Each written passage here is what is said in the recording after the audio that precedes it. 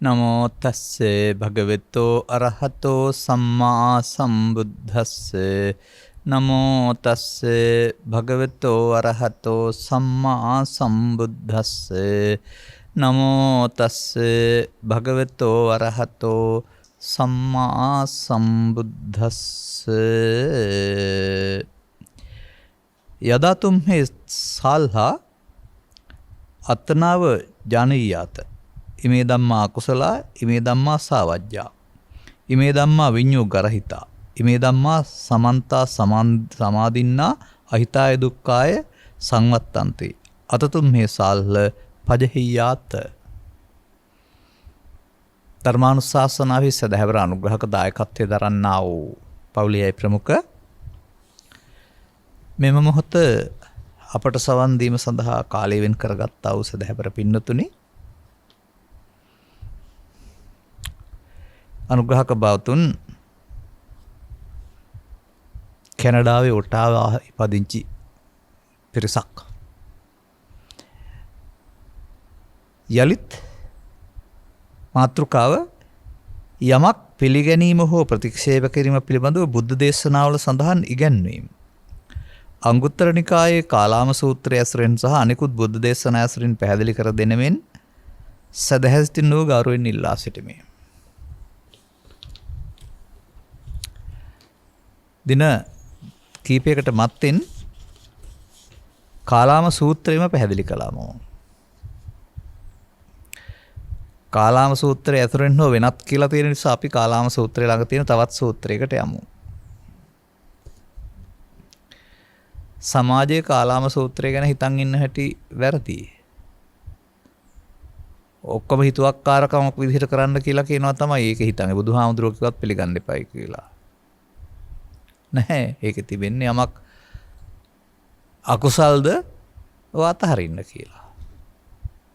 මම මේ ගත්ත එක කාලාම සූත්‍රයක් නෙවෙයි. ඊට මෙහා පැත්තේ තියෙන තවත් එබඳු සූත්‍රයක්. ඒකෙත් අර කියන කාරණා ටිකම තිබෙනවා. ඒක අපි අරගෙන අපේ බෞද්ධ ජීවිතේ පොඩ්ඩක් ඉන්හාට එබිලා බලමු යමක් පිළිගැනීම සම්බන්ධයෙන් මොකද තිබෙන්නේ කියලා.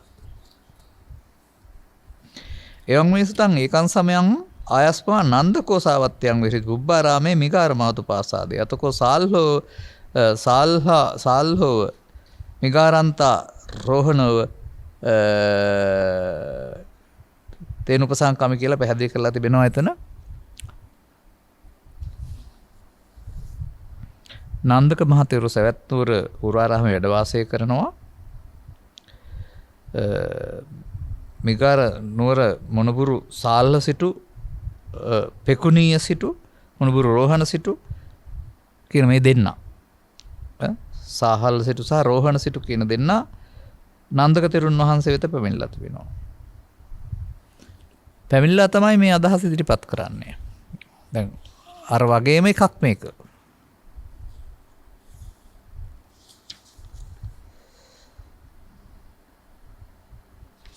ඒ දෙන්නට තමයි නන්දක හාමුදුරුවෝ මේක ප්‍රකාශ කරලා තියෙන්නේ. අරචිකමයි අතන තියෙන ඒතතුම් මේ කාලාමා මානුස්ස වේන මෙතන තියෙන ඒතතුම් මේ සාල්හ මානුස්ස වේන. අර ආමන්ත්‍රණය විතරයි වෙනස් වෙලා තියෙන්නේ. මම ඔය ඒකයි කියන්නේ බික්කුණී කිව්ව පමණින් ඔක බික්සුන් සඳහා විතරයි කියලා කියන්න පුරුදු වෙන්න එපා. ආමන්ත්‍රණයක් විතරයි කියලා. අර ටිකමනේ අනුන් කී පවලින් අනුශ්‍රව කියන වචනේ තේරුම එහෙමනේ අපි කරගෙන තියෙන්නේ. පරම්පරා කතායෙන් මේ මෙසේ වේවයි. අපගේ අදහස හා සැසඳේයයි. තර්කයට ගැලපෙනවායි. න්‍යායට ගැලපෙනවායි. මගේ දෘෂ්ටි හා ගැලපෙයි කියලා හැයි. ඒ විදිහට මේ මහනුග ගුරුවරයා කියලා හරි. අපේ මතයට ගැලපෙනවා කියලා පිළිගන්න කියලා නෑනේ. මේකේ තිබෙන්නේත් අර මම පෙන්නපු ටික මේ දහම් අකුසල්ය මේ දහම් සාවද්දේ මේ දහම් මුගේ ඥානවන්තයින් විසින් ගර්හා කොටවත් කරනවා විඤ්ඤෝ ගරහිතයි කියන්නේ ඒකයි. මේ දහම්ම පරිපූර්ණ වූ පරමාර්ථයන් ගන්නලා ලද්දෝ අහිත දුක් පිණිස මේ දහම් පිරිච්ච අය අහිත පිණිස දුක් පිණිස වැටෙනවා. මේ අකුසල් වලින් පිරිච්ච අය. එනිසා අකුසල් හැරපියව්. ඔය තමයි දීලා තියෙන නිදහස. තමන්ට තේරෙනවා නම් මේක දුක්පින් සහිත පින සිදු වෙනවයි කියලා ඒක අතහරින්න කියලා. දැන් මම මේ ඔස්සේ ටිකක් විවෘතව වෙන තැනකට ගිහින් මේක ඔස්සේ පැහැදිලි කරන්නම්. හොඳයි, ඔබ පාරම්පරිකව බෞද්ධ වෙලා උපදිනවා. දැන් ඔබ බුදු සමය ගැඹුරට හදාරලාද ඔය පිළිගත්තේ ඔක්කොම? මේ සමාජයේ අද තියෙන දේවල්. දැන් මා මේ ලෝට බිහි වෙන කාලවක් වානුවේ ගෞතම සසුන තුළ නිවන් ගැන කතා කිරීම තහනම් වචනයක්. අපට උපදෙස් ලැබුණේ ගිහි සමාජයේ දැන් නිවන් දකින්න බෑ, පින් දහම් කළා අනාගත බුදුහාම ශාසනය නිවන් දකින්න. ඒ කියලා දීපු අයත් එහෙමයි එදාට අනාගතේට.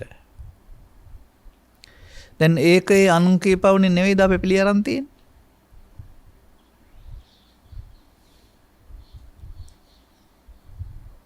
ඇත්ත හොයලා බැලුවත් එහෙම ඒකේ ගන්න දෙයක් තියනවාද? අපි පස්සේ හොයලා බලමුකෝ ඒ වගේ. මොකද තථාගතයන් වහන්සේ අපමාදව මත පදන් කියලා කියනවා, අසුරු ගණ සනක්වත් භවයේ වර්ණනා කරන්නේ නැහැ කියලා කියනවා. මේ ජීවිතේම දුක් කෙලවර කරගන්නේ කියලා කියනවා. තේරුම් ගත්තොත් උන්වහන්සේ වදාළ පරිදි. ඒ වගේම මේ මිනිසාට ලැබෙන ශන සම්පත්තිය අති දුර්ලභ එකක් කියලා පෙන්නනවා. සියලු ලෝක විශේෂත්ව විශ්ේ ගත්තහම. දැන් කවුරු හරි කියප එකක් නෙවෙයිද මේ පිළි අරගෙන ප්‍රාර්ථනා කර කර ඉන්නේ. අනුන් කීපවුනින් පිළි අරන්නේ දේ තියෙන්නේ. අබුද්ධෝත්පාදයක නම් ඊළඟ බුදුවරයෙක් ප්‍රාර්ථනා කළත් කවස් නැහැ. බුද්ධෝත්පාදයක ත්‍රිවිධ චෛත්‍යයයි එහෙම නැත්නම් සම්පූර්ණ ග්‍රන්ථාවලිය ඔක්කොමයි තිබියදී මේකට පයින් ගහලා මොකද්ද ප්‍රාර්ථනා කරනවා. ඒ ප්‍රාර්ථනා කරන ගිහි පැවිදි ඔක්කොම. එහෙනම් මේ කාලාම සූත්‍රයට හරිය නැත්නම් මේ සාල්ල සූත්‍රයට හරිය ගැලපෙන ප්‍රතිපත්තියවතකද ඔය ඉන්නේ? එතකොට මේ වැඩේ කරන්න මේ නිවීම කියන එක කරන්න පැවිදිම වෙන්න ඕන ගෙදර ඉඳන් බෑ කියන මතයක ඉන්නවා. කවුද ඒක කියන්නේ? හොයලා බලලා දේ පිළිගත්තේ. සුද්ධෝදන රජතුමා පැවිදි වෙලා උපසම්පදා වෙලා ආද රහතන් වහන්සේ කෙනෙක් වුණේ. බාහිය මිය ගියා ආර්ය පුද්ගලයෙක් කියලා වදාරනවා බුදුන් වහන්සේ. ඇඳුම තවත් ගිහි ඇඳුම. ඒවට මොකද්ද දෙන උත්තරේ එතකොට? එනිසා ඒකත් අනුන් කීපමණින් පිළිගැනීමක්. ඊළඟට සසුන භික්ෂු භික්ෂුණී උපාසක උපාසිකා සිව්වන පිරිසට අයිති කියලා තිබෙනවා. එදා ඒ සිව්වන පිරිස දැනුමෙන් සම්පරිපූර්ණ වෙනතුරු පිරිනුවම් අඩින්නේ නැහැ කියලා උන්වහන්සේ වදාරලා තිබෙනවා. දැන් සම්පිරිනුවම් අඩින්න කාලේ පරිපූර්ණ නිසයි කියලා. අනතුරුව භික්ෂු ශාසනයක් තියෙනවා, භික්ෂුණී ශාසනයක් තිබෙනවා. ලංකාවෙත් මේවා පිහිටවනවා. බුදුන් වහන්සේ නම් භික්ෂුණී ශාසනය ආරම්භ කළා. මිහිඳු හාමුදුරන්ට නම් ආයිතියක් තිබුණ නැහැ කියලා පොතේ පෙන්නනවා සංගමිත්තාව ආවයි කියලා. ඒ භික්ෂුණී ශාසනය ලෝකේ තියෙනවායි කියලා කියනවා. ලංකාවේ වුණාට ඒක අතුරුදහන් වුණායි කියලා කියනවා. වර්තමානයේත් ඒ වෙනුවට භික්ෂුණී ස්වරූපයේ ගත්ත කොටසක් දෙකාකාරයෙන් ඉන්නවා. කහපාට වස්ත්‍රය ඇඳට සිවුරක් නොවන වස්ත්‍රයක් අඳින අය, සිල්මෑණිවරු වශයෙන් දසසිල් සමාදන් වෙලා සහ තවත් මේ බමුණු මතේ කරගහගෙන ඉන්නේ නැතුව උන්ට මේක ලබා දීම සුදුසුයි කියලා බිය නැතුව ගත්ත තීරණ ගත්තා වූ උතුමන් වහන්සේලා කීප නම වගේ තීරණය නිසා උපසපන් භික්ෂුණීන් ඉන්නවා ලංකාවේ. එතකොට දැන් ඒගොල්ලොන්ට බුදු සසුනේ උරුම නැද්ද? ඔව් අපි වේදිකාවල තාමත් කියන්නේ භික්ෂුණී ශාසනය ඉවරයි, අනාගත බුදුහාමුදුරුවෝ පහළ වෙනකම්ම භික්ෂුණීන්ට උපසම්පදාව නැහැ කියලා. ඒ බමුණු මතයක් කරගහත් එකක් නෙමෙයිද? ඒ පුරුෂාධිපත්‍ය නෙවෙයිද? කොහොමද මේ මම එහෙම කියන්නේ? ධර්මයේ දන්නේ නැති අය මම එහෙම කියයි. මොකද මේ ධර්මයේ අනුගමනයේ ප්‍රතිපදාවට ස්ත්‍රී බවක්, පුරුෂ බවක්, ගිහි බවක්, පැවිදි බවක් කියන කාරණා වළංගු නැහැ. ඒවා ජීවත් වෙන්න වළංගුයි සම්මුතිය. ඒ නිසා මේ පිළි අරන් තියෙන අනුන් කිව්වට මම මේකක්වත් පිළිගන්නේ නැහැ අද. ත්‍රිපිටකය කියවලා තේරුම් ගත්ත කෙනෙක් වශයෙන් ගෞතම සාසන අනාගත බුදු සාසනක නිවනක් ගැන ප්‍රාර්ථනයක් මම කරන්නෙත් නැහැ කරවන්නෙත් නැහැ. මේ පැවිද්ද නිවන් සඳහා කියලා අපි පැවිදි වුණාට සබ්බ දුක්ඛ නිස්සරණ කියලා එකෙන් ගිහියට ඒක අහිමි කියලා මම කියන්නෙත් නැහැ. ඒ වගේම ගෞතම අනාගත බුදුහාමුදුරුවෝ පහළ වුණු භික්ෂුණී ශාසනයට උපසම්පදාව අහිමි කියන එක මම කියන්නෙත් නැහැ. මම කියන්නේ රටේ පුතාලා වගේම දෝනිලත් ඉන්නවා දුවලත් දිරි සම්පන්න. ධර්මය අරන් බලන්න වැඩේ කරලා ඕවද බාධා කියලා.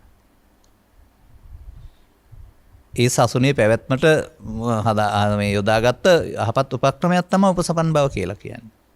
නමුත් මේ උපසපන් බව කියන්නේ එහි බික්ක උපසම්පදාව හෝ සරණාගමන උපසම්පදාව නෙමෙයි ඊට පස්සේ දීපු බාල එකක්. මාර්ගඵල අතුරුදහන් වුණායින් පස්සේ විනයගාරක භික්ෂු පිරිසක් මගින්වත් ශාසනය හදන්න හදාගත්ත යහපත් පියවරක් ඒක. වරදක් එහෙම නෙමෙයි. නමුත් මට තේරෙන්නේ නැති එකකුත් තියෙනවා උතන. රහතන් වහන්සේත් උපසපන් භික්ෂුන් වහන්සේට වඳිනවා කියලා අපේ ස්වාමීන් වහන්සේ තාමත් කියනවා. මං හිතන්නේ පු탁ජන භාවය තුළ උත්තුක්කංශරයක් තියෙන්නේ. උපසපන් භික්ෂුන් වහන්සේ රහතන් වහන්සේට වඩා විශාල වුණේ කොහොමද කියලා මට තේරෙන්නේ නැහැ. නිකලස් බවයි බුදුසමයේ උත්තම බව පෙන්වලා තිබෙන්නේ. ඒ නිසා මම කියන්නේ මේ සද්ධර්මයේ තේරුම් අරන් බලන්න. ඊට පස්සේ මොකද්ද මේක උගන්වන්නේ? අපේ සම්මතයේ ගිහි සමාජයට වෙනම ශික්ෂාපදයක් තිබුණාට භික්ෂුණී සමාජයට සිල්මයාණන් විරුන්ට වෙනම ශික්ෂාපද තිබුණාට උපසම්පදාවට වෙනම ශික්ෂාපද තිබුණාට ඒ ධර්ම විනය අනුව ධර්ම විනය නෙමෙයි. ධර්ම විනය මොකද්ද තියෙන්නේ? ධර්ම විනය තියෙන්නේ ස්කන්ධ පංචකයේ ආත්මය දුකට හේතුවයි ස්කන්ධ පංචකයේ අනාත්මය දුකින් මිදෙන මගයි. ඒ ස්කන්ධ පංචකයේ අනාත්මය බලන්න තහනන්ද කාන්තාවන්ට ගිහියට තහනන්ද ධර්මයේ තේරුම් ගන්න බැලුවොත් කර්මක්ෂය වෙන එක වෙන්නේ නැද්ද? උනොත් නිවීම සාක්ෂාත් වුණොත් එහෙම අර වහන මිටි අදහස් ඔක්කොම පොළවේ ගහන්න වෙනවා නේද ඊට පස්සේ? වැඩක් නැතිව වෙනවා නේද? මේ පතුරන වහන මිටි අදහස් වලට යටත් වෙලා ඉන්න නෙමෙයි ඕන. සද්ධර්මයේ තේරුම් ගත්ත පුද්ගලයෙක් අනුගමනය කරලා ස්ත්‍රී පුරුෂ ගිහි පැවිදි වේදෙන්තරව දුක තුනී කරගන්න එක. නොදීනද කවුරුත් ආයේ. වර්තමාන මතධාරීන්ට නෙමෙයි බුදුරජාණන් වහන්සේටවත් බෑ ආපහු ඒක කරන්න. ධර්මයේ ගත්ත කෙනෙක් නැත්නම් ඒ මගපල ලැබෙන එක නවත්තන්න. එහෙම කවුරු කීවේ නැතත් තනියම හරි මම කියන්නේ මේක ඔක්කොම කියවපම් මට තේරෙන දේ. මේ තථාගත දේශනාව ස්ත්‍රීත්වයේ මුල් කොටගෙන පහත් දාප එකක් හරි පුරුෂත්වයේ මුල් කොටගත් උසස් තැනක් හරි නෙමෙයි. ඒවා සම්මුතියින්. මේකේ පවතින ස්කන්ධ පංචකයේ අනාත්මය සහ ආත්මය. ස්කන්ධ පංචකයේ ආත්මය ගිහිව හිටියත් පැවිදිව හිටියත් කැලේ හිටියත් දුකටපත් කරයි. ස්කන්ධ පංචකයේ අනාත්මය අනුගමනය කරන්න පුළුවන් නම් කොහේ හිටියත් දුකින් මුදවයි. එක පාරක් විතරයි මම මේ කිව්වේ. තව පැත්තක් තියෙනවා. කොහේ හිටියත් මිනිස්සු දුකටපත් කරන්නේ කාම විතර්කේ, ව්‍යාපාද විතර්කේ, විහිංසාව විතර්කේ. ඒකට ස්ත්‍රී පුරුෂ ගිහි පැවිදි ભેදයක් නැහැනේ. ඉතින් අර ඔය ශික්ෂාපද සංවරයත් තුළ හිටමින් ඔය ත්‍රිවිධ විතර්ක වඩන එක තමයි පෘථග්ජනය කරන්නේ. ශික්ෂාපද සංවරය වෙනම හිටියට ත්‍රිවිධ විතර්කයේ පාලනයක් තේරෙන්නේ නැහැ සතිය නැත්නම්. පහන සංඥා විග්‍රහ කරන බුදුන් වහන්සේ ඒ ප්‍රහාණය සඳහා ත්‍රිවිධ විතර්ක ප්‍රහාණයමයි තියෙන්නේ. ඒක භික්ෂුණීන් සඳහා අවලංගුයිද? ගෘහස්ත සමාජය සඳහා අවලංගුයිද? නැහැ. ත්‍රිවිධ විතර්කේ නම් දුකටපත් කරන්නේ ත්‍රිවිධ විතර්කේ ප්‍රහාණ කිරීම බුදුදහමේ මාර්ගයයි. ත්‍රිවිධ විතර්කේ ප්‍රහාණය කරන්න වාඩි වෙලාම ඉන්න ඕනේද? නැහැ. අවදි වූ තැන් පටන් නින්දට යනතුරු පස්දොරට හම්බ වෙන අරමුණක් හෝ මනෝද්වාරිකව මේ ත්‍රිවිධ විතර්කේ තමන් හදාගත්ත මෝඩකමක් හිත ඇතුලේ මේක එනවා. ආවමයකට අහු වෙන එකට කියනවා මුලාව සිහි නැතිකම කියලා. ඒ සිහි නැතිකම තුළ දෘෂ්ටිවාදයක් තුළ ගත්ත ඔක්කොම මේ ඔක්කොම යල්පැනගිය මත කාටවත් අහිමි කරන්න එහෙම බෑ. දුෂ්ප්‍රඥයින් සඳහා දුන්නත් ගන්න බැරි එක වෙනම කාරණයක්. ප්‍රඥාවන්ත නම් කාටවත් අහිමි කරන්න බෑ. නොනින්ද මෙමර නින්දේ අද එනු පිබිදී කියලා මට අර ශ්‍රී ලංකා මාතා ගීතයේ අග පදේ මතක තියෙනවා. මම පාරම්පරික බෞද්ධයින් ඔක්කොටම භික්ෂු භික්ෂුණී උපාසක උපාසිකා. ඔය පරණ මත නැත්තම් අනුන් කිව දේවල් පිළිගන්නේ නැතුව ධර්ම ශ්‍රවණය කරලා Tamanට මේක පුළුවන් ද කරන්න බැයිද කියලා පැහැදිලි කරගන්න. තේරෙනවද? බලාපොරොත්තු වෙන්නේ නික්ලේශී බව නම් නික්ලේශී බව සම්පූර්ණ කරගත්තාම කවුරුත් ආයේ උපසම්පදාව දෙන්න ඕනේ නැද්ද? දෙන්න නැත්තම් තියාගන්න කියන්නේ. සතර දුක් කෙලවර කරන්න ඕනකම තියෙන්නේ. එහෙම කියන්න කට හයිය තියෙන්නේ මේක තේරෙනකොට නැත්තම් බයයි කියන්න. එහෙම නැත්තම් මෙතනම තියෙන පදයක් මම ගන්නවා වෙනත් ආකාරයෙන්. ඉති ලෝභෝ භික්ඛවේ ඉති දෝසෝ භික්ඛවේ ඉති මෝහෝ භික්ඛවේ කම්ම නිදාන සම්භවෝ. කර්ම නිදාන කර්මයේ නිදාන කොට ඇත්තේ ලෝභ දේශ මොහ මොකන. ලෝභක්ඛයෝ දෝසක්ඛයෝ මොහක්ඛයෝ කම්ම නිදාන සංඛයෝ. මේක භික්ෂුන් සඳහා පමණයි කියලා සීමාව පනවලා තියෙනවද උන්වහන්සේ? ඕන කෙනෙකුට ලෝභ දේශ මොහ ඡය කරනවා නම් කම්ම නිදානේ නතර වෙනවා. ඒ නිසා මේක විවෘත දහමක්. එදා ගෙදරින් ඉවත් වෙච්ච ශාස්ත්‍රය තිබුණා ජීවිතයක් ගවේෂණශීලී ජීවිතයක් ඉන්දියානු සමාජයේ. ඒ අයට එදා සරල ජීවිතයක් තිබුණා. මොකද උපේන සැප ඉපීම පිළිබඳ කතාවක්ම තිබුණේ නැහැ. දෙන දෙකකින් යැපෙන සරල ජීවිතයක් ඒක උදව් වෙන්නේ ඇති. දූතාංග 13ත් උදව් වෙන්න ඇති නික්ලේශී බව හොයන සරල අයට. ධර්මයේ තේරුම් ගත්ත අයට. තේරුම් නොගෙන දූතාංග රකින්න ගියොත් එහෙම ලොකු දුකක් ඒක. ඒකෙන් කියවෙන්නේ ඒ පැවිද්ද සහ වෙන් වුණා කියන එක නෙවෙයි මේ ධර්මය. අද තියෙන්නේ සංකීර්ණ ව්‍යාප්ත වුණ සසුනක්. ඒ භික්ෂුත්වයේ චාරිත්‍ර වාරිත්‍ර සිවුරු තිබුණාට අද ජීවත් වෙන ජීවිතේ ඊට වඩා වෙනස් හුඟක්. සමාජයෙන් වෙන් වුණ ජීවිතයක් නෙවෙයි තිබෙන්නේ සමාජගත ජීවිතයක්. ඒ වගේම අනිකුත් වෘත්තිකයන් වගේම රාජ්‍ය සමග සම්බන්ධ වෙලා දේශපාලනයට සම්බන්ධලා වෘත්තීය ජීවිතයක්. ඉතින් වෘත්තීය ජීවිතය තුළ දේශපාලන ජීවිතය තුළ උන්වහන්සේලාගේ උපසම්පදා සීල රැකගෙන යන්න පුළුවනි නම් ඔබට ගියම කොහොමද බැරි වෙන්නේ හේතුව වෙන්නේ මේව කරන්න. ඒකත් ප්‍රශ්න කරලා බලන්නකෝ. ඒ කියන අධිශීල සංඛ්‍යාත ශික්ෂාව රැක ගන්න පුළුවන් නම් වෘත්තීය ජීවිතය තුළ සහ දේශපාලනික වශයෙන් බලවත් වෙලත් එනම් සාමාන්‍ය ජීවිතේ ප්‍රශ්නයක් වෙන්න බෑනේ. මේ බාහිර ක්‍රියාකාරකම් වල බැහැරවීමක් අවශ්‍ය දෙයක් තියෙනවා. ඒක ගෙදරත් පන්සලෙත් කොහොමත් පංච පාපේ දස අකුසලේ. කරන්න ඕන හොඳ වැඩ කියලා අනිවාර්ය වැඩ ටිකක්. පින්ඩපාතම වඩින්න ඕන, සිවුරම පරවන්න ඕන, බිම්බලාගෙන යන්න ඕන. උදේහවස වන්දනා කරන්න ඕන. එහෙම මම දකින්නේ නැහැ. තම තමන් ජීවත් වෙන ශේස්ත්‍රය තුල තමන්ට පැවරෙන්නේ කුමන යහපත් වගකීමද? පියෙක් නම් දරුවන්ගේ වගකීම බාර ගන්නවා. මවක් නම් සැමියාගේ සහ දරුවන්ගේ වගකීම. ගුරුවරයෙක් නම් දරුවන්ගේ වගකීම. විදුහල්පතිවරයෙක් නම් ඒ සියල්ලගේ වගකීම. ආයතන ප්‍රාන්තියෙක් නම් ආයතනයේ දියුණුවේ වගකීම, ඔවුන්ගේ ආරක්ෂාව. රියදුරෙක් නම් බස් රථයේ යන අයගේ වගකීම. අන්න එහෙම තමන්ට පැවරෙන වගකීම බාර ගැනීම ඇරුණාම ඊට වඩා එහා දෙයක් මම දකින්නේ නැහැ මේකේ. යහපත් දේවල් වල. එයින් මෙහෙවරක් වෙන්න ඕන. ඒක සේවයක් වෙන්න ඕන. ඒක ගසා කෑමක් සූරා කෑමක් වෙන්න බෑ.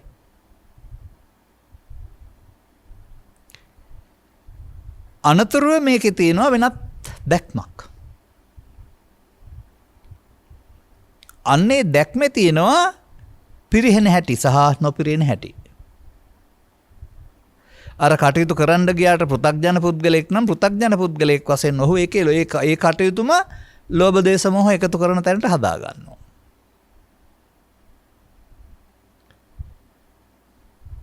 එතකොට ඒකෙන් කියවෙන්නේ ඕනෑම පුද්ගලයෙක් Taman දන්නේ නැහැ කාම විතර්කයේ උපදින හැටි, ව්‍යාපාද විතර්කයේ උපදින හැටි දන්නේ නැහැ, විහිංසාව විතර්කයේ උපදින හැටි දන්නේ නැහැ. ඒකට එකතු වෙලා කටයුතු කරනවා. ඒ එකතු වීම තමයි මමත්වෙන් ගැනීම කියලා කියන්නේ. ලෝකේ පුරාම ඒකනේ කරන්නේ. ලෝකේ පුරාම ආගම් ભેදකින් තොරව අපහාන සංඥා. ත්‍රිපිටකේ ආගමික ජීවිතේ පහාන සංඥා. තේරුම් අරන් එතෙන් එන්නකෝ. කවුරුත් කීවට ඊට පස්සේ පිළිගන්නේ වෙන නිසා නේද? දැන් මම මේ අනුගමනය කරන්නේ හෝ කියන්නේ කවුරුත් කීවට නෙමෙයි. මේ පෙළ දහමට අනුව මේක වෙන්න පුළුවන් දෙයක්. ඒක මම පිළි අරන් තියෙන පොතේ තියෙන හින්දා නෙවෙයි. බුදුන් වහන්සේ වදාළ නිසා නෙවෙයි. මේ ත්‍රිවිධ විතර්ක ප්‍රහාණයෙන් ලෝභ දේශ මොහ ප්‍රහාණය වෙනවා අකුසල. අකුසලයෙන් වෙන්නේම සිද්ධ වෙනවා. එතකොට මටත් ස්කන්ධ පංචකේ පංච උපාදානස්කන්ධය දුක් ගෙනත් දෙන්නේ ඔබටත් ගිහි සමාජයේ නම් පංච උපාදානස්කන්ධය. ඔබ භික්ෂුණී නම් පංච උපාදානස්කන්ධය. ඔබ ආරණ්‍යක නම් ඒත් පංච උපාදානස්කන්ධය. ඒ පංච උපාදානස්කන්ධ දුක්ඛ කියන එකට ආරණ්‍යද පන්සලද ගිහිද පැවිදිද භික්ෂුද භික්ෂුණීද ඒවා වළංගු නැහැනේ. අන්න එහෙම පුළුල්ව අවබෝධයකට එන්න. එතකොට කවුරුත් කියන જાති වලට කෑ ගහන්න ඕන නැහැ ගණන් ගන්න ඕනෙත් නැහැ. සිද්ධ ප්‍රකාශ කරන්නේ සමහර අය. නමුත් සදහම් මතුනොත් අනුගමනය කරොත් ප්‍රතිඵල වළක්වන්න මට ඉතින් සාක්කරයාගේ පුතා වයිමටවත් බෑ කියලා කියන්න හිතෙන්නේ නැහැ. බුදුරජාණන් වහන්සේටවත් බැරි දෙයක් කියලා මම දන්නවා. ඊතරම් මේ මග සාක්කාතයිනේ. ඒ නිසා මේ අනුගමනීය ප්‍රතිපදාව සම්බන්ධයෙන් කවුරු හරි ඉදිරිපත් කරන මතයක් ධර්මයේ තේරුම් නොගත් කෙනෙක් ඉදිරිපත් කරන මතයක් ධර්මයේ තේරුම් නොගත් කෙනෙක් වශයෙන් ඔබ පිළිගන්න එකම මේ අනුන් කියු පවණින් පිළිගැනීමක්.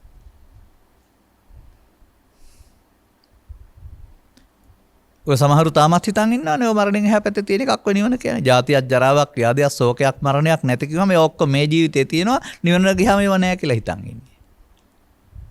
ඒ තේරෙන්නේ නැහැටි. මේ තථාගතයන් වහන්සේ වදාරනවා පරිනිබ්බිතෝසෝ භගවා පරිනිබ්බානාය ධම්මං දේසේති කියලා.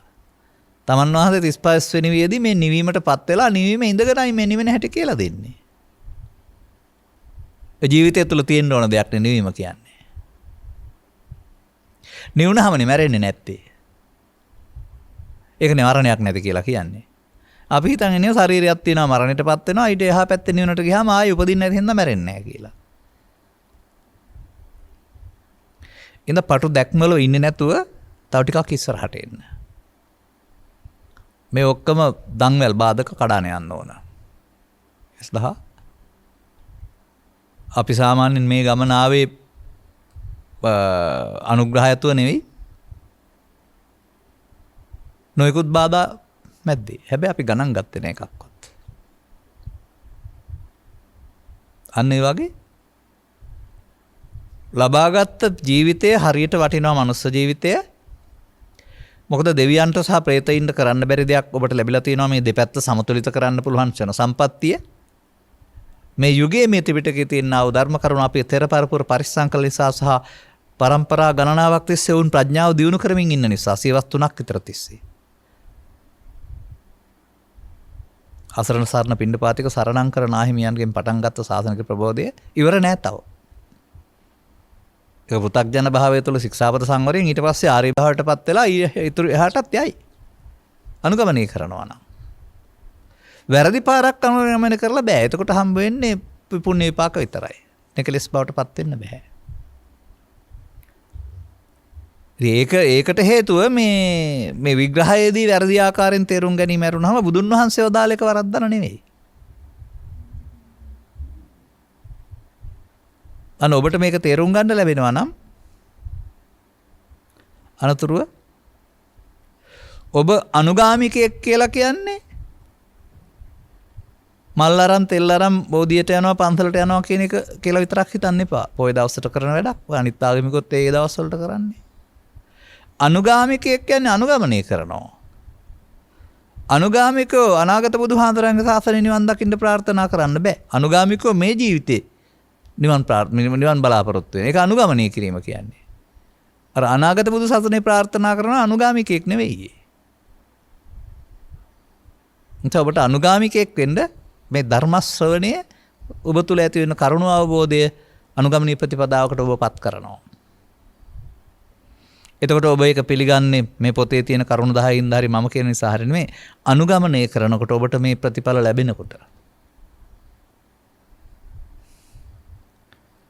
නිසා ඔබේ ඉල්ලීම පරිදි මම අර මේ කාලාම සූත්‍රයේ නිදහස කියන කාරණා තව වටේ පිට වටත් අරන් පෙන්නුවේ මේ ඔබ එතකොට මේ අනුන් කියන දේවල් නෙවෙයිද පිළි අරන් ඉන්නේ කියලා.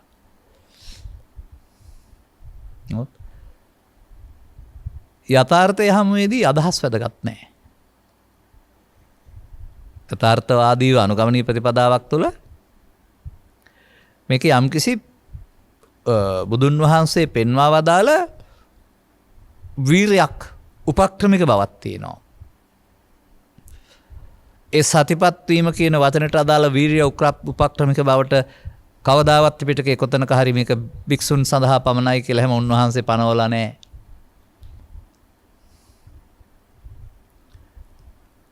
උන්වහන්සේ වදාරන්නේ යෝ ඉමස්මින් ධම්ම විනය අපමත්තු යෝ යමෙක් ඒ යමට අයිති කෙනා ස්ත්‍රී හෝ පුරුෂ ගිහි හෝ පැවිදි භික්ෂුව භික්ෂුණී උපාසක උපාසිකා මේවා කියන්නේ මම හොයනාට ධෛර්යයක් ඇති වෙන්න. මන්දෝත්සාහි වෙලා වැකිලිලා ඉන්නේ නැතුව වැටිලා ඉන්නේ නැතුව අනුගමනීය ප්‍රතිපදාවට යන්න. ඔබට හුරු වුණා වූ බාහිර සාසනික චාරිත්‍ර ටිකම මහානකම කියලා කවුරුත් හිතන්න එපා. ඒක බැහැර කරන්නත් එපා. ලෝකෙට පේන්න තියෙන්නේ ඒකනේ. දැන් අපි ඊටු ටිකට යමු බලන්න. තං කිං මඤ්ඤත සාල්හ අත්ති ලෝභාති එවං බන්තේ අවිජ්ජාතිකෝ අහං සාල්හ ඒතමත්තං වදාමි. ඔන්න තව පැත්තකින් අදේනවා. සාල්හෙන්නේ මොකද ඔබ කියන්නේ? ලෝභය තියෙනවද? ඔව් තියෙනවා.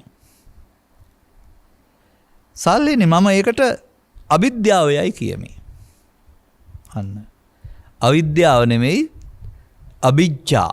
අවිජ්ජා ව්‍යාපාද මිත්‍යා දෘෂ්ටි කියලානේ පෙන්නන්නේ දස අකුසල් වල. එතකොට ලෝභයට දැඩි කියන වචනයක් පාවිච්චි කරලා තියෙනවා.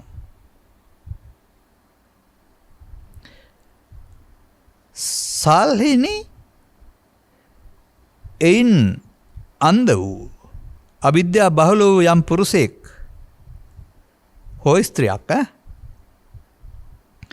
යම් කර්මයක් කරයි නම් ඔහුට අහිතයට දුක්ඛයට වැටේද? දිගු කාලීනව වැටේද? එබඳු කර්ම ඌ ප්‍රාණයන් නසන්නේය, සොරකම් කරන්නේය, පරදාරයත් කරන්නේය, මුසාවත් කරන්නේය, මෙරමාට එසේ සමාදන් කරවන්නේය. තමනුත් කරනවා, අනුනුත් කරනවා. මොකෙන්ද? දැඩි ලෝභයෙන් අන්න අවිජ්ජා. පස්පව් කෙරෙනකොට එතන තියෙන්නේ මොකක් කියලාද මේ පෙන්වන්නේ? මම ඔයිට පෙරත් ඔක මතක් කළා ලෝභය. මේ යමක් දෙන්න ලෝභය කියන එකේ මේ පැහැදිලි කරන ලෝභ කියන වචනේ ඊට වඩා ගැඹුරු අර්ථයක්.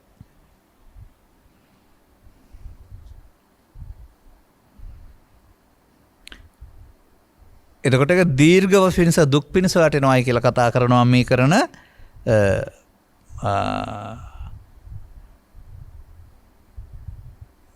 කාරණා ටික. ශික්ෂාපද පහෙන් 4යි මේකේ දාලා තියෙන අනික අවලංගු වෙලා තියෙන. ඒ කියන්නේ ඒක ශික්ෂාපදයක් වශයෙන් ආරම්භ නෑ ඒ කාලේ. ඒක අනවශ්‍ය බැහැරම කරපු එකක්. අද තමයි ඒක මේ 80ක් විතර මත්පැන් බොන බෞද්ධයෝ ඉන්න හින්දා ශික්ෂාපදේ වළංගු කරන්න වෙලා තියෙන්නේ. බොරු කියා මත්පැන් බොන්නේ නැහැ කියා බොනවනේ. නැත්නම් ඒක සම්පූර්ණයෙන්ම බෞද්ධ නෙමෙයි මනුස්ස ජීවිතේට සාරධර්ම සහ ජීවිතේටම තහනම් දෙයක් වෙන්න ඕන.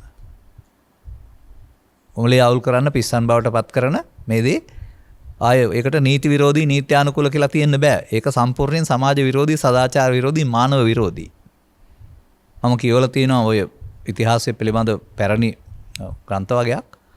මේ ලෝකෙ තිබිච්ච සංස්කෘතීන් 3-4ක් පිළිබඳව විග්‍රහ කරපු. ඒවා සියල්ල පරිහානියටපත් වුනේ මත්පැන් නිසා කියලා තියෙන්නේ. ඔබත් යන්න මේ පාරේ.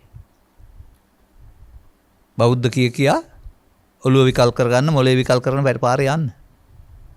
අපිම දන්නේ නෑ මේ නැව අපිත් එක්ක ගිලෙනකම් කියන්න පුළුවන් එදාට.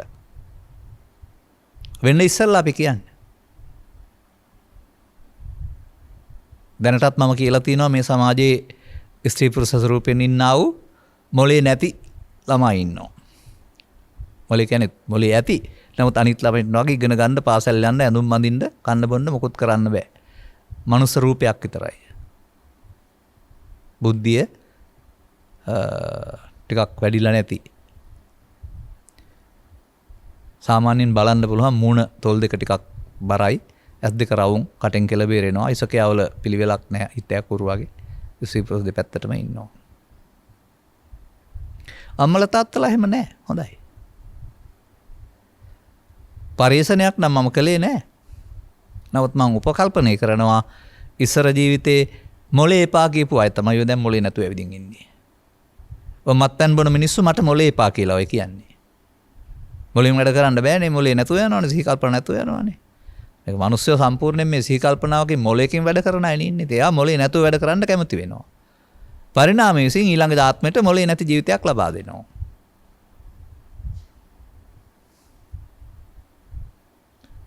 එතකොට ඒක තවත් රටට ජාතියට මව්පියන්ට තවත් බරක්. මොකද උපයන්න නෙමෙයිනේ උන්.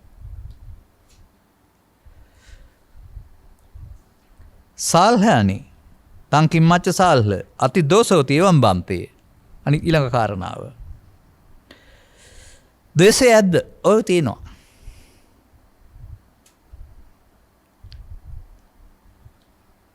ව්‍යාපාදෝතිකෝ අහං සාල්හ ඒතමත්තං වදාමි. ඔන්න තියෙන නම මේ ද්වේෂයට නැත්තම් තරහවට මම කියනවා ව්‍යාපාදය කියලා.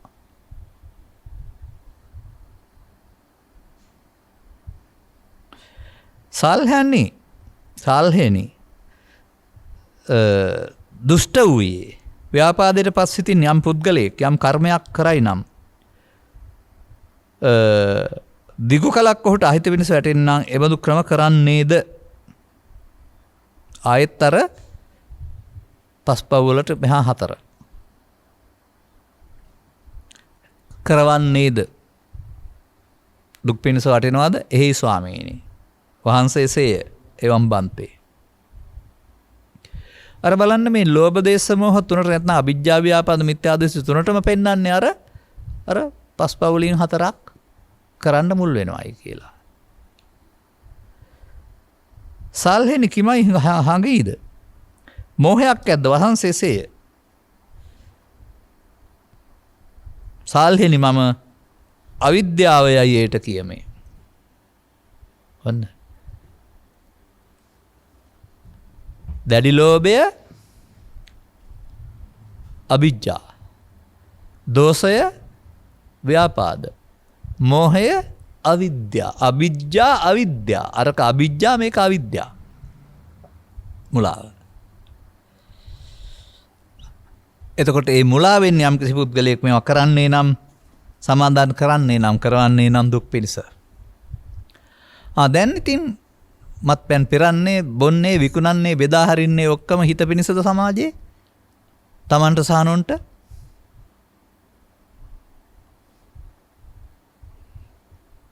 අන්න ඒ අය ඒවා කරන අය, කරවන අය, බලපත්‍ර දෙන අය, තමන්ගේ නම නැතත් බිරිඳගේ හෝ නෑදෑයෙකු නම් බලපත්‍ර අරන් මේවා කරන අය කල්පනා කරලා බලන්න.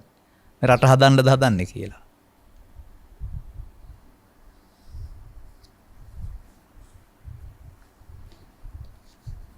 සාල්හන්නේ ඔබ කුමක් හිතන්නේ හිද? මේ දහම් කුසල් හෝ අකුසල් හෝ වෙද්ද? මේ අවිජ්ජා ව්‍යාපාද මිත්‍යා දෘෂ්ටි නැත්නම් ලෝභ දේශ මොහ අවිද්‍යාවලින්, අවිජ්ජා ව්‍යාපාද අවිද්‍යාවලින් කරන වැඩ ඇත්නම් ලෝකේ කුසල් හෝ අකුසල් වෙද්ද? වහන්ස අකුසල්ය. සාවද්‍ය හෝ අනවද්‍ය වෙද්ද? ඒ කියන්නේ වැරදිද නිවැරදිද කියලා අහන්නේ. වහන්ස වැරදිය. විඤ්ඤෝ ගර්හිතද විඤ්ඤෝ ප්‍රශස්තිතද? ඒ කියන්නේ ප්‍රඥාවන්තයින් ඥානවන්තයින් ගරහනවද ප්‍රශංසා කරනවද? වහන්ස විඤ්ඤ ගර්හිතය. නොනැත්තන් පොලිසියේ නීති පොතත්, වෛද්‍ය විද්‍යාලයේ සෞඛ්‍ය පොතත්, අධිකරණයේ නීති පොතත් මේ සේරම මේවා හරි හොඳ හරි කියන්නේ නැහැ. ඒ වගේම සංසුන් මනසක්, ආදරණීය සදාචාර මව්පිය සහෝදර ජීවිතයක් ප්‍රිය කරන අය ගෙදර දොරේ පිස්සු නටනවට කවුරුත් කැමති වෙන්නේ නැහැ. මත්පැන් බීලා ඇවිදින් පිස්සු නටනවනේ ගෙදර අම්මා තාත්තා දූ දරුවෝ කියලා දන්නේ නැතුව. විඤ්ඤෝ ගරහති. විඤ්ඤෝ ගරහති කරනවා නම් පිස්සෝ කියලා තමයි කියන්න තියෙන්නේ. විඤ්ඤෝ ප්‍රඥාවන්තයින් නැත්නම් ඥානවන්තයින් ගරහ කරන දේවල් කරනවා නම් එහෙනම් උන්ගේ කල්පනා ශක්තිය ගැන හොයලා බලන්න වෙනවා.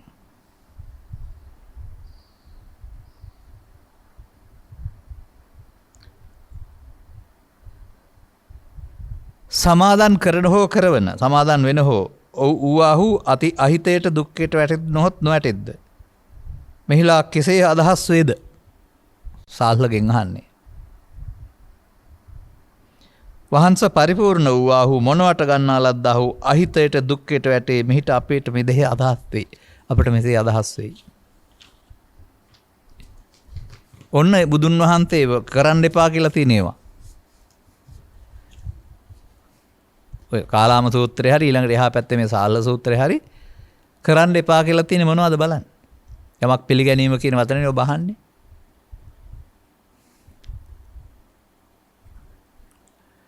එබැවින් බුදුසසුන තුල කලක් තිස්සේ අනුන් කියු දේ පිළිගැනීම සිදු වුණා සද්ධර්මයේ ගැඹුරට විවරණ නොවන වැරදි විග්‍රහයක් තුල අනුගමනය කරලා ප්‍රතිඵල ලාභී නොවන අය කියන අදහස අනිත් අය පිළිගත්තා. අනුගමනය කළේ වැරදි ප්‍රතිපදාවක් ඒ නිසා ප්‍රතිඵල නැත්තේ නමුත් ඒක පරම සත්‍යයක් වශයෙන් පිළිගත්තා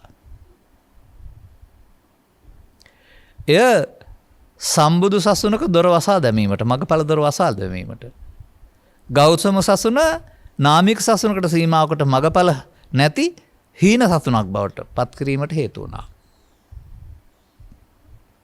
තව ඉතින් මොකට අතුරුදහන් කරන්න සාක්කිත්තව හොයනවා අවල් පොතේ මෙහෙමයි තියෙන්නේ කියලා.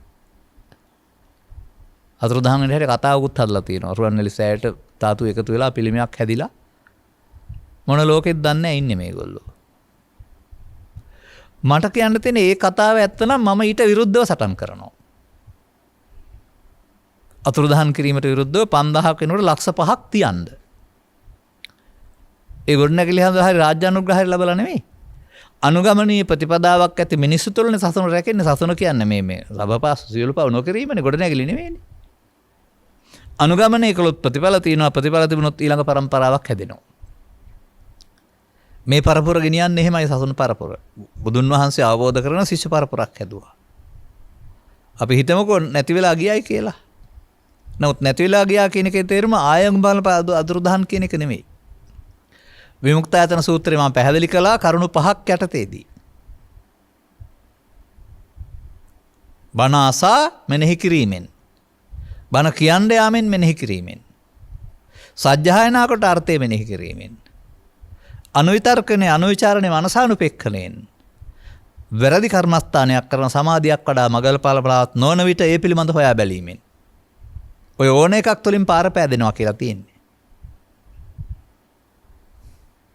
අපි ඔය වැරදි සමාධිත් වඩපු අය අපි ඔය පාලියත් මෙනෙහි කරපු අය අපි ඔය සූත්‍ර දේශනාවල අර්ථයත් ගැඹුරට කල්පනා කරපු අය ඒ වගේම අනුවිතර්කණේ අනුවිචාරණේ මනසානුපෙක්ඛණේ කරපු අය නිකන් නෙමෙයි කතා කරන්නේ මේ එකක්වත් නොකර පඬිත වාක්‍ය කියනවට වඩා හොඳා කටපියන් ඉන්න එක ඒ පිළිබඳ අත්දැකීම් නැතුව කවුරුවත් කීවට ගිරවෙක් වගේ කියනවට වඩා හොඳයි කට පරිස්සම් කරන් ඉන්න එක. මොකද මේ සසුනේ දොර වසා දැමීම පාපයක්නේ. සංසාර ගමන් මාර්ගයේදී රවුමක් කැරකිලා මිනිසුන් අතරට එන්නේ බුද්ධෝත්පාදයක මේ තව ටිකයි තියෙන්නේ තේරුම් අරගෙන අනුගමනය කරන්න විතරයි. ඔය සත්තු අනුගමනය කරන්නද වෙනත් ආගම අනුගමනය කරන්නද වෙනත් ලෝකික. ඔවුන්ට දොර වසන එක පාපයක් නෙමෙයිද? එනිසා ඔබට තිබෙන්නේ ඔන්න ඔය අනුන් කිවට පිළිගන්න එක නෙමෙයි මේ කියන කාරණා ඔබ පොහසත් කරනවාද ඔබ ලෝභයේ දේශේ මොහේ පොහසත් කරන්නේද ධනෙ නෙමෙයි මම අහන්නේ වඩන්නේද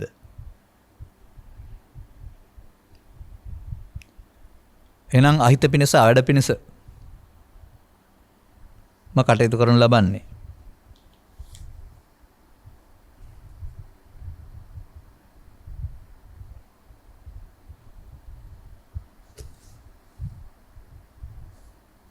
එතකොට තමන් එහෙම කරන්නේය අනිත් අය සමාදාන කරවන්නේය කියන කාරණාවදී පැහැදිලි කර වදාරනවා කුමක්ද අහිත පිණිස ආඩ පිණිස පවතිනවායි කියලා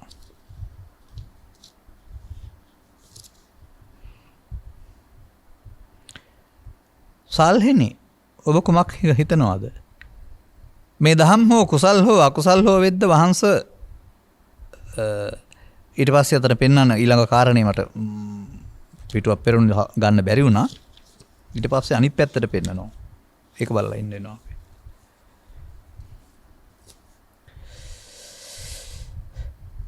අලෝභයක් ඇද්ද වහන්සේසේය මම අනවිද්‍යාවයි කියමි. අදෝසයක් ඇද්ද වහන්සේසේය මම අව්‍යාපාදයයි කියමි.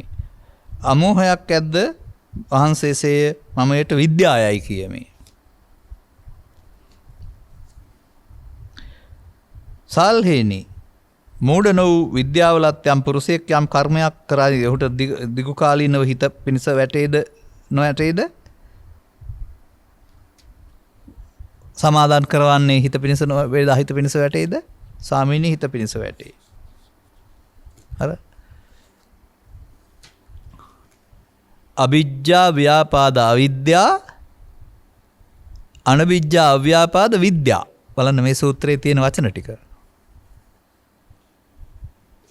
විද්‍යා.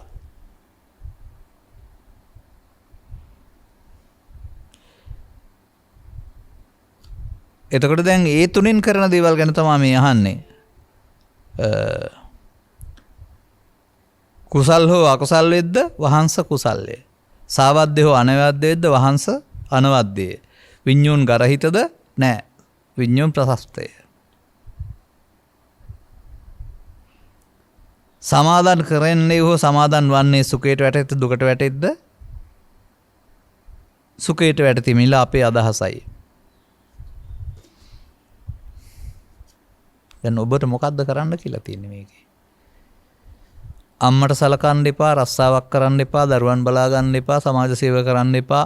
එහෙම කියලා තියෙනවද? නැහැ. අවිජ්ජා ව්‍යාපාද අවිද්‍යා තුනෙන් කය වචන මෙහෙවන්න එපා. මන්දයත් අකුසල් අහිත පිණිස දුක් පිණිස තමන් සහ අනුන් දුකටපත් කරනවා. එතකොට ඒකෙන් වෙන්වීමම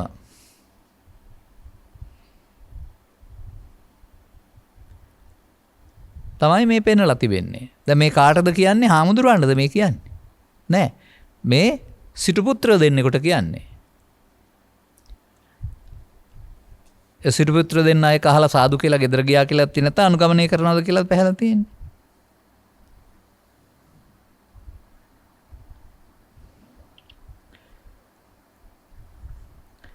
මේ දහම් පූර්ණ ලද්දා වූ සමාද වශයෙන් ගන් ලද්දා වූ හිත සුඛ පිණිස වැටේද තුමු දනියුද සාල්හෙනි එකල තැපි ඒට පැමිණ වාසය කරව.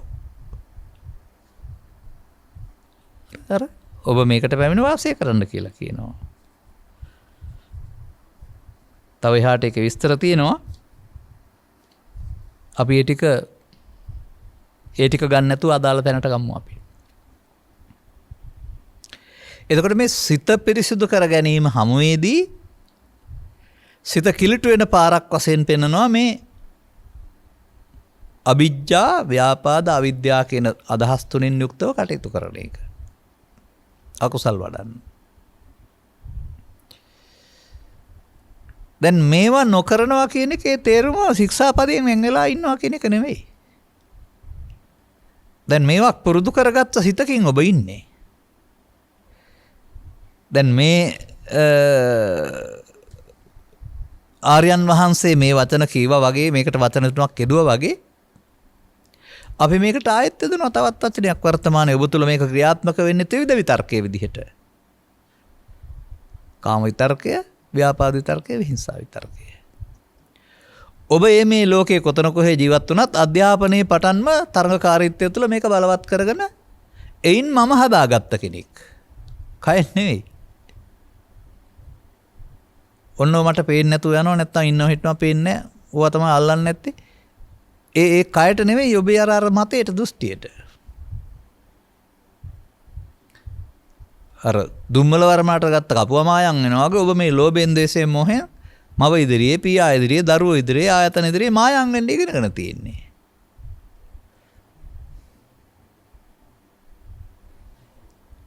මාවකට කියන්නේ ඔබ ත්‍රිවිධ විතර්කයේ රූකඩයක්. ඔබ නෙමෙයි ඔය කටයුතු කරන්නේ. ඔබේ චිත්තාභ්‍යන්තරේ පෝෂණය කරගත්තා වූ මේ මෝඩකම් තුන විසින් ඔබව පාලනය කරනවා.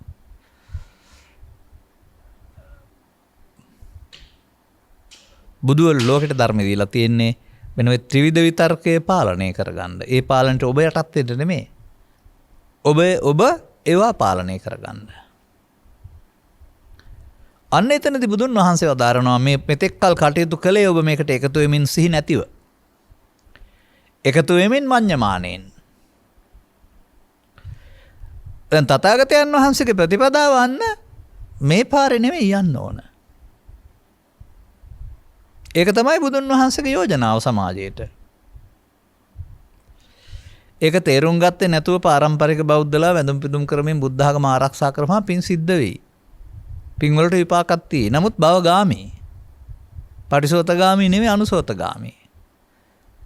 ඉන් ත්‍රිවිධ විතර්කේ ළමා කාලේ ඉඳන් මහලු වෙන කල්ම බලවත් වෙනවා. මොන ශික්ෂාපද යටතේ පුද්ගලයෙක් වශයෙන් හිටියත් ඒක එළෙන වෙලාවට එකතු වෙන පුරුද්ද නිසා ඒක පාලනය කරගන්න තේරෙන්නේ නැහැ. අවසානයේ දුකින් මිය යන්න සිද්ධ වෙනවා. ඒ වැරදි ලෙස ධර්මයේ පාවිච්චි කරපු එක. පින් කිරීම කියලා වෙනම කර්මයක් පාවිච්චි කළා ත්‍රිවිධ විතර්කයේ වැඩෙන්න ඇරියා නතර නොවීම ඒවට එකතු වෙමින් මුට සති පාවිච්චි කළා. අසුරු ගසන සැනකින් එයා එතෙන්ට ඇවිදින් ඔබව රූකඩයක් බවට පත් කරනවා, සමාජයට අවුල් කරනවා, ඔබේ ජීවිතෙත් අවුල් කරනවා. නමුත් මේ දේවල් නෙමෙයි, යකඩ නෙමෙයි, රත්තරන් නෙමෙයි, වස්තු නෙමෙයි මේ චෛසික. එහි පවතින පීඩනය තමයි බලවත් වීම කියලා කියන්නේ ඔබ ඒකට දීපු අගේ. ඒකෙන් ඇති කරන පීඩනය තමයි ආතතිය කියලා කියන්නේ. ඔබට නොකර නොකියා ඉන්න බැරි තරම් බලවත් ඒක. නමුත් මේක එකතු වීමෙන් වැඩෙනවා වගේම එකතු නොවීමෙන් ප්‍රහාණය කරන්න පුළුවෙනි. ඒකට තථාගතයන් වහන්සේ වෙනම ධර්මය කියලා දෙන්නේ නැහැ. ප්‍රහාණය වුණාම ධර්මය හම්බ වෙනවා. ප්‍රහාණය තමන්ට අදාළ ත්‍රිවිධ විතර්කයන්හිදී තමන් අනුගමනයේ ප්‍රතිපදාවක් තුළ එකතු නොවීමෙන්. එතකොට ඒක අකුසලයෙන් වෙන්නේ මේ කුසලයේ වෙනවානේ. අවිජ්ජා අනවිජ්ජා, ව්‍යාපාද අභ්‍යාපාද, අවිද්‍යා විද්‍යා.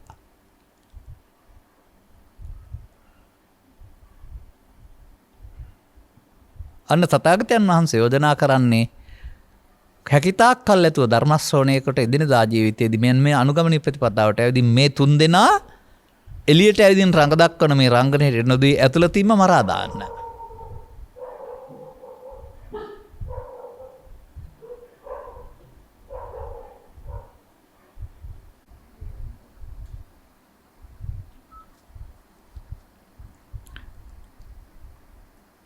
අන ඔබ මේ බාහිර වශයෙන් පෘථග්ජන පුද්ගලයන් වශයෙන් කරන්නා වූ බාහිර ආගමික ජීවිතයේ පුණ්‍ය විපාක තිබුණාට අධ්‍යාත්මික ජීවිතේ මෙන්න මෙහෙම සිතින් බැහැර කර යුතු ටිකක් තියෙනවා කියන එක තේරුම් ගත්තම ඒවයි ඔබට දුකටපත් කරන්න, ඒවයි පීඩනටපත් කරන්න කියන එක ඔබට වටහා ගන්න පුළුවන් වෙයි.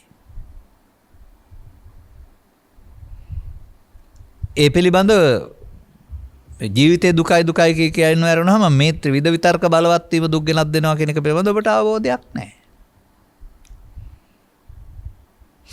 පසුගිය දේශනා ගණනාවක් අරගෙන විවිධ කතා ඉදිරිපත් කරමින් මම මේ සියලු වැරදි කලේ පුද්ගලයෝ නෙවෙයි, කාම විතර්කයේ, ව්‍යාපාද විතර්කයේ, විහිංසා විතර්කයේ නේද කලේ. ඒකට ආණ්ඩුවට දඬුවම් දෙන්න බෑ නේද? යහපත් මිනිසුන් හැදෙන්න නම් මේ විතර්ක තුන මිනිසුන්ගේ හිතෙන් මරා දාන්න ඕන නේද? ඔය සිහියෙන් කටයුතු කිරීම කාරණා තුළ කෙලෙස් නැතිවීම කියලා කියන්නේ ඕක නේද කියලා කොතරම් පැහැදිලි කරලා තියෙනවද? මිනිසුන් තුර රද වෙන්නා වූ නොමිනිස්කම මරා දමා මිනිසත්කම රජ කරන්නට බුදුන් වහන්සේ දරූ උත්සාහයක් මේක. ඒක හැමදාමත් වර්තමාන සමාජයටයි ඕන. අර අනාගතයේ සිහිනමාන සමාජය හැදුනට අද හැදෙන්නේ නැහැ. දැනටත් මේ අනාගතේ නිවන් දකින්න බහුතරයක් පුරුදු වෙච්ච එකේ විපාක තමයි අපි මේ විඳින්නේ. තවදුරටත් ඒක ඉස්සරහට වෛරයම වපරන, දුකම වපරන තැනක් බවට පත් වේවි. නිසා මේ වළංගු භාවය, මේ පොත් පරිස්සම් කරලා මෙතෙක් ගෙනාව වූ අයට උපහාරයක් වෙන්න නම් මේ වළංගු භාවය අපි හදවතෙහි වළංගු කරගන්න ඕනේ. මම නම් කියන්නේ කුසීතකම කියන්නේ මෙන්න මේක. මේක අනුගමනය කරන්න කම්මැලි. අතු අර අතපය කම්මැලි කරන නෙවෙයි. කුසීතෝ හීන වීරියෝ. ගුරු ශිෂ්‍ය පරම්පරාවෙන්ම කුසීතෝ හීන වීරියෝ බවට පත් වුණා. එතකොට වුන් විඳින්නේ පින් රසයේ කාම රසය අරුණාම දහම් රසය නෙවෙයි.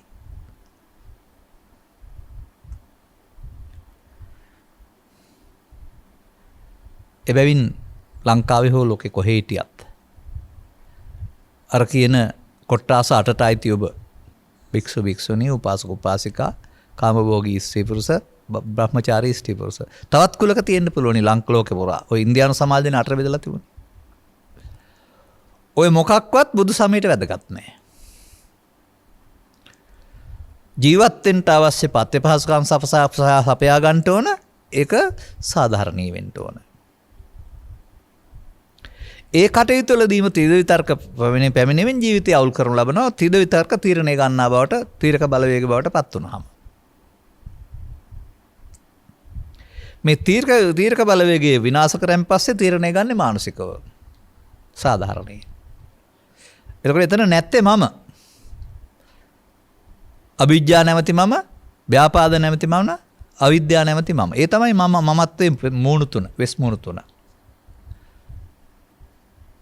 ඒ වෙස් මූණු දාගෙන තමයි ඇවිදින් ඉඳ අපට හොයන්න බෑ නිසා.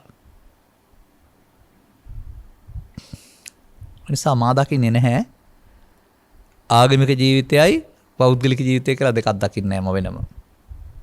ජීවිතේම ආගමික කරගන්න ඕන.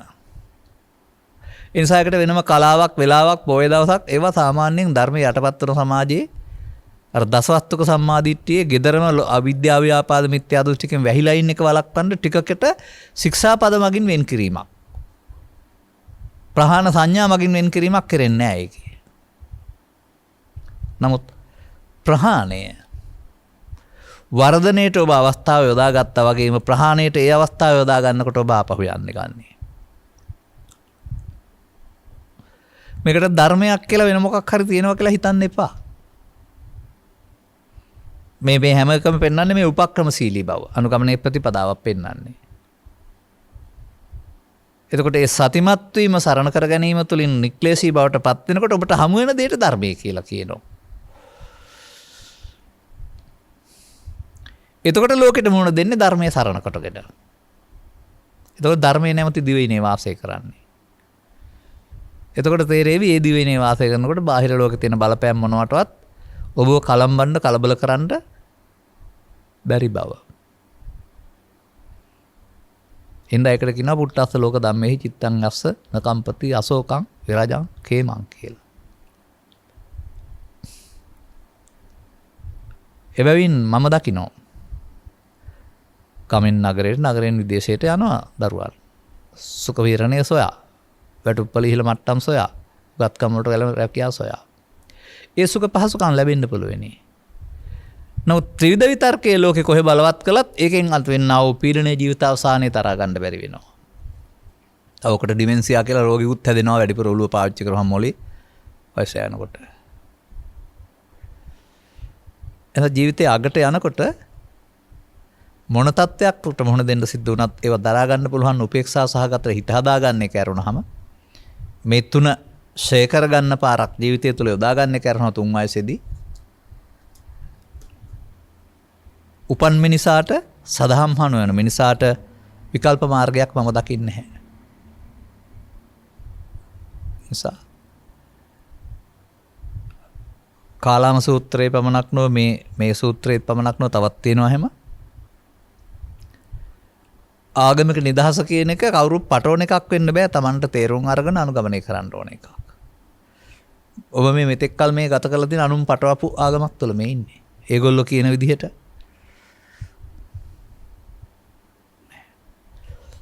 අපට එහෙම පිළිගන්න බෑ මේ ත්‍රිපිටකය සම්පූර්ණයෙන් කියලා බැලුවෙන් පස්සේ. මේක උපන් මිනිසාට අනුගමනය කරන්න දෙන ප්‍රතිපදාවක් වශයෙන් අරුණාම පොතට වඳින්න කියලා හරි උන්වහන්සේට වඳින්න කියලා හරි වැඳලා මේ සිද්ධ කරගන්න හරි කියලා ඒ උසස් කොට සැලකුල් බවක් මා දකින්නේ නැහැ. දෙවිමානේ බික්කුවේ පූජානි කතමානි දේ පූජා නම් දෙකක් තියෙනවා. ආමිස පූජාත ධම්ම පූජා. ආමිස පූජාවයි ධර්ම පූජාවයි ප්‍රතිපත්ති පූජාවයි. ඒතද අග්ගම්බික්කවේ දේමානි පූජාන මේ පූජා දෙකෙන් වඩාත් අග්‍ර වෙන්නේ ධම්ම පූජාව. ඉතින් ඔබ අග්‍ර පූජාව අතහැරලා යාමපස පූජාවට ගිහින් බුද්ධ ආගම කියලා හිතාගත්තේ. ඒ ධර්මයේ යට වුණාම කරන්න පුළුවන් දේ අරක. නමුත් පරිනිර්වාණ සූත්‍රයේ එහෙම තියෙනවා ප්‍රතිපත්තියෙන් පුදන්නෝ පමණක් මා පුදති කියලා. ඒ ගෞරවනීය පදවියට ඒ ගෞරවනීය බුදුන් වහන්සේගේ මඟ පෙන්වීමට ඔබ කොටස්කරුවෙක් වෙන්න කැමති නැද්ද? නිසා ධෛර්ය සම්පන්න වෙන්න. අනවබෝධයෙන් යුක්තව ඉදිරිපත් කළා වූ මේ හනමිටි අදහස් වලට පිළිගන්න හෝ යට වෙලා ඉන්න ඕන නැහැ. ඔබ කඟ වෙනෙක් වගේ ඉස්සරහට යන්න මේ අනුගමනය කරලා ප්‍රතිඵල ලැබෙයි. එතකොට අරව ඔක්කොම බොරු වෙනවා. අර අදහස් වැඩක් වෙන්නේ නැහැ එතකොට. මේ අනුගමනීය ප්‍රතිපදාව හැම මේ ප්‍රතිඵල වැළැක්විය හැකි කිසිවෙක් නැත. ඔබ හැම දෙනාටත් මෙම කරුණු තේරුම් ගැනීමෙන් බුදුසාමින් පෙන්වන්නා වූ මේ ස්වාධීන චින්තනය හිතුවක්කාරී වෙන්න වගදාරපු දෙයක් නෙමෙයි. මතක තියාගන්න. සමාජයේ වපුරන අදහස් වල සත්‍ය අසත්‍ය භාවයතාව පිළිබඳව අනුන් කීවට මේ පිළිගන්න ඕන අනුගමන ප්‍රතිපදාවක් තුල ප්‍රතිඵල ලැබෙනවා නම්. ඒ ඉදිරි ලෝකයේ සඳහා වෙනත් බාහිර වශයෙන් කරන ලද විප්ලවයන්ට වඩා බාහිර විප්ලව තියෙනවා ලෝකේ. සමාජවාදී, ධනවාදී ආදී කොට විප්ලව. මේ චින්තන විප්ලවය ලෝකේ වෙනස් කරනවා. ලෝකයට අවශ්‍ය වෙන නිහතමානී සහ සාධාරණ පුරවැසියන් සරල පුරවැසියන් හදනවා. ඔබටත් එබන්දෙක් බවට පත් වී ලෝට ආදර්ශයක් දෙන්නට ශක්තිය ධෛර්ය ලැබේවායි කියන සුභාශිංසනයේ ප්‍රාර්ථනා කරමින් මම ධර්මානුශාසනාව මෙසේ අවසන් කරනවා. කැනඩාවේ ඔටාවාහි පදිංචි දුෂන්ත පෙරේරා සහ රංජිකා පෙරේරා යුවල සහ උන්ගේ පුතණුවන් වන වෙනුජ පෙරේරා යන අය විසින් අනුග්‍රහක දායකත්වය දරා ඇත. අරමුණු අතර වාද්දුව තල්පිටියේ පදිංචිව සිට පරලොසැපත් කරුණාරත්න පෙරේරා මහතා සහ කමලාවතී පෙරේරා මහත්මිය ඇතුළු පරලොසැපත් සියලු ඥාතිහිත මිත්‍රාදීන්ට උපහාරයක් වේවා. අවශ්‍ය කෙනෙක් නැත්තම් පින් අනුමෝදන් කරන ජීවිත සුවපත් කරගනිත්වා. මතු පරලොසැපත් සියලුම ඥාතිහිත මිත්‍රාදීන්ට අවශ්‍ය නම් පින් අනුමෝදන් කරගනිත්වා. ඔවුන් හැම නිකම්ම දුක් කෙලවර ගනිත්වා කියන්න එපා. පින් අනුමෝදන් වෙලා සතර දුක් කෙලවර වේවා කියන්න එපා. පින අනුමෝදන් වෙලා ජීවිතය සපවත් වෙලා ආපහු මනුස්ස උත්පත්තියක් ලබා ගන්න ත්‍රිලක්ෂණයේ අනුගමනීය ප්‍රතිපදාවට අහගෙන අනුගමනය කිරීම තුළින් සියලු දුක් කෙලවර කරගනිත්වා. ඒ තමයි ප්‍රායෝගික වෙන්න ඕන පෙළ. පරලොස්සපත් දෙමව්පියන්ටත් මේ කටයුතු සම්බන්ධීකරණික විශේෂඥ වෛද්‍ය නෙළුම්ගමගේ මහත්මියටත් සියලු ඥාතිහිත මිත්‍රාදීන්ටත් ධර්ම ශ්‍රවණය කළ සියලු දෙනාටත් සියලුම සංසාරික දුක්ඛයන්ගෙන් අත් මිදීමට උතුම් නිවන් මාර්ගය අවබෝධ කර ගැනීමට මෙම පුණ්‍ය කර්මයට වඩා ධර්ම අවබෝධය හේතු වේවා. කරුණේ ස්වාමීන් වහන්සේ ඍතුක්‍රිය සුවපත් භාවය ලැබී චිර ජීවනයේ සැලසේවා කියලා ප්‍රාර්ථනා කරනු ලබනවා. ධර්ම දේශනාව සඳහා මූල්‍ය දායකත්වය දරා ධර්ම දානයක් දීමෙන් සමාජයේ පවතින මිත්‍යා මත විමර්ශනයට ලක් කරන්න ඉඩකඩ ලබා දීමෙන් ඔබට ආගමික නිදහස වගේම ඔබේ චින්තන නිදහස අවදි කරගන්න ආකාරය පැහැදිලි කරගන්න ඉඩකඩ ලබා දීම තුළින් ලබාගත් අවබෝධය පවුලේ ඔබගේත් දිවත් වෙලා ඉන්නා වූ ධර්ම ශ්‍රවණය හැම කෙනාගේත් ඉහාත්ම වශයෙන් යහපත පිණිස වේවා. පරලොවසැපත් ඥාති වර්ගයාට උපහාරයක් වේවා. පින් අනුමෝදන්ව මතු භවයකදී මිනිසත් බව ලබා අවබෝධය අනුගමනීය ප්‍රතිපදාවක් තුළ ඔවුන්ටත් නිවන සැනසෙන මං පෙත්වර වේවා. සබ්බිහිතය වජ්ජන්තු සබ්බ රෝගෝ විනස්සතු මාතේ බවත් අන්තරායෝ සුඛී දීඝායුකෝ භව. හැම දිනාටම තෙරුවන් සරණයි. රාගක්ඛයෝ නිබ්බානං